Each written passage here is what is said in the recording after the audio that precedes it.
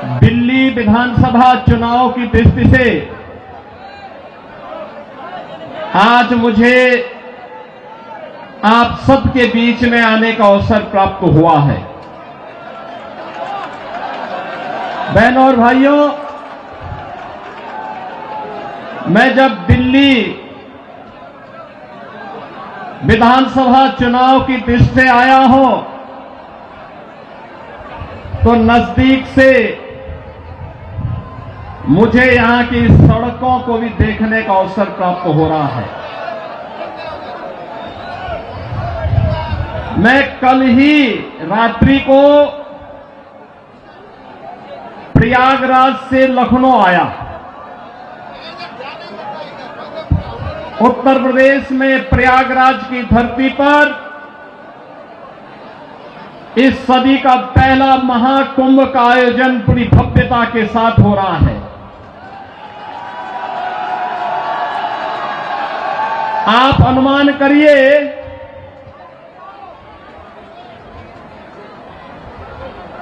13 जनवरी से पौष पूर्णिमा से और आज 23 जनवरी तक इन 10 दिनों में 10 करोड़ श्रद्धालुओं ने प्रयागराज में मां गंगा, मां यमुना और मां सरस्वती के त्रिवेणी के संगम में पावन स्नान करके पुण्य के भागीदार बने हैं। आप प्रयागराज में जाएंगे तो अच्छी शानदार सड़कें मिलेंगी, कहीं गंदगी नजर नहीं आएगा, बिजली पूरी मिलेगी, कनेक्टिविटी चाहे वह सड़क की हो, रेल की हो या फिर हवाई जहाज की, तीनों की बेहतरीन कनेक्टिविटी प्रयागराज के लिए उपलब्ध रहेगी। बहनों और भाइयों, एक और प्रयागराज मां गंगा के तट पर लगने वाला इस सदी का सबसे बड़ा महाकुंभ प्रधानमंत्री मोदी जी के विजन के अनुरूप देश और दुनिया से आने वाले श्रद्धालुओं को न केवल आकर्षित कर रहा है बल्कि पुण्य का भागीदार भी बना रहा है। नमामि गंगे परियोजना के बाद मां गंगा की अविरल और निर्मल धारा का दर्शन देश और दुनिया कर रहा है, संगम में स्नान कर रहा है। कल आपने देखा होगा उत्तर प्रदेश सरकार के मेरे सभी मंत्रीगण 54 मंत्री मेरे साथ प्रयागराज के संगम में एक साथ डुबकी लगाए हैं, एक साथ डुबकी लगाए हैं, पुण्य के भागीदार बने हैं। हम सब सौभाग्यशाली हैं कि देश और दुनिया से आने वाले श्रद्धालुओं की सेवा करने का इस महाकुंभ के बहाने हमें अवसर मिला और उत्तर प्रदेश को नजदीक से देखने का अवसर इन सभी पूज्य संतों को, श्रद्धालुओं को प्राप्त हो रहा है।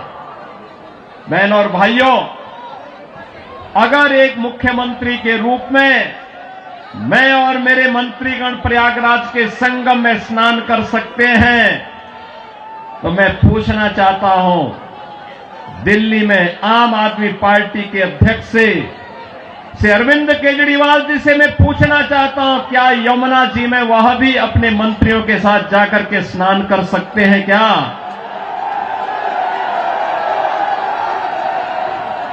अगर उनमें नैतिक साहस है तो उनको इसका जवाब देना चाहिए।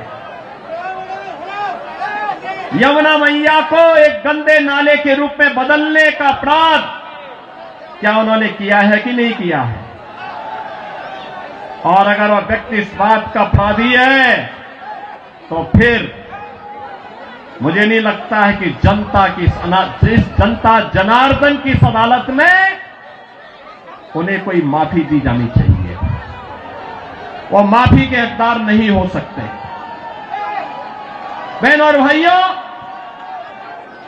आज जब हम लोग दिल्ली की स्थिति को देख रहे हैं, ये राष्ट्रीय राजधानी है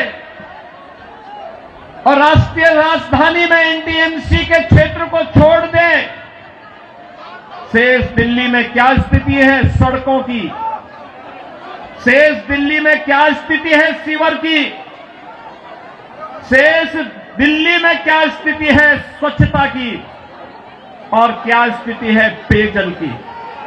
ये बुनियादी सुविधाएं होती हैं, ये बुनियादी सुविधाएं होती, हर नागरिक का अधिकार होता है इन सभी सुविधाओं पर।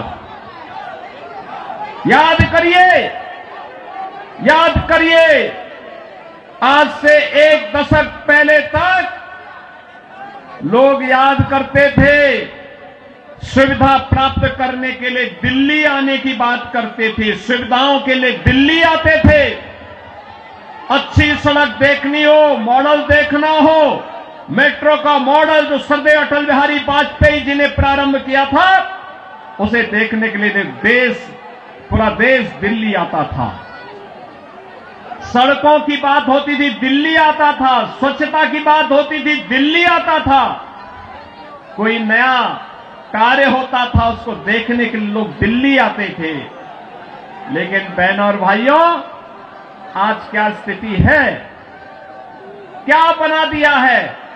सड़क पे गड्ढा है या गड्ढे में सड़क है, कोई पता ही नहीं लग रहा है। मैं जब से चल रहा हूं यही दिल्ली के अंदर देख रहा हूं।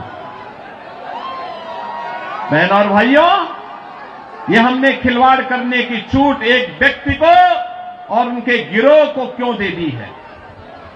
स्वच्छता की स्थिति कितनी दुर्गतिपूर्ण है। कूड़ा का ढेर पड़ा हुआ है, गंदगी का ढेर पड़ा हुआ है। दिल्ली राष्ट्रीय राजधानी के अंदर इस प्रकार की दुर्गति हो, सीवर बह रहा सड़कों पर, हमारे वाहनों को भी उसी सीवर के बहते हुए सीवर से गुजरना पड़ा। और अभी तो पेयजल का भीषण संकट आने वाला है। दिल्ली में आम आदमी पार्टी की सरकार का पाप का भुक्तभोगी हमारी पावन मथुरा वृंदावन के श्रद्धालुओं को और संतों को भी उठाना पड़ता है।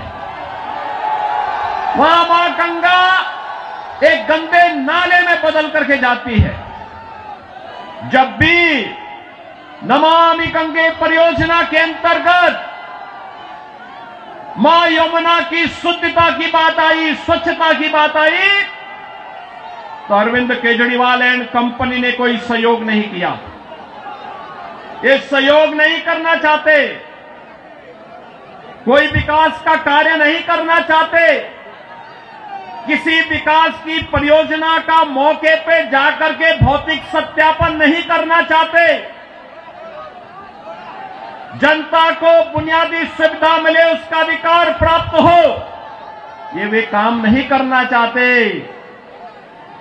इनका तो एक ही कार्य है, प्रातः काल होते ही सोशल मीडिया पर झूठे ट्वीट करना, झूठी फिल्मों का प्रदर्शन करना,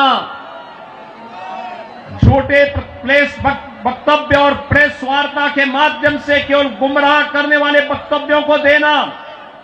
जितना समय झूठ बोलने की एटीएम के रूप में आम आदमी पार्टी और उनके नेता समय बर्बाद करते हैं, ये झूठ का एटीएम बनने की बजाय अगर उन्होंने जनता की जन सुविधा और विकास के बारे में सोचा होता तो 10 वर्ष में दिल्ली की कायाकल्प हो गई होती, दिल्ली बदल गई होती। लेकिन बहन और भाइयों, दिल्ली बदलने की नहीं, इन लोगों ने दिल्ली को तो एक कूड़ा घर बना दिया है, दिल्ली को अव्यवस्था का एक अड्डा बना दिया है। आजकल मैं सुन रहा हूं अपने भाषणों में से अरविंद केजरीवाल जी बार बार उत्तर प्रदेश की चर्चा कर रहे हैं, लेकिन उनको भूलना नहीं चाहिए, अब मॉडल के रूप में उत्तर प्रदेश को लोग देख रहे हैं। मैं पूछना चाहता हूं, दिल्ली के अंदर भी ओखला औद्योगिक क्षेत्र है और पिछले 10 वर्ष में उद्योग ना के बराबर लगे हैं। कोई सुविधा नहीं,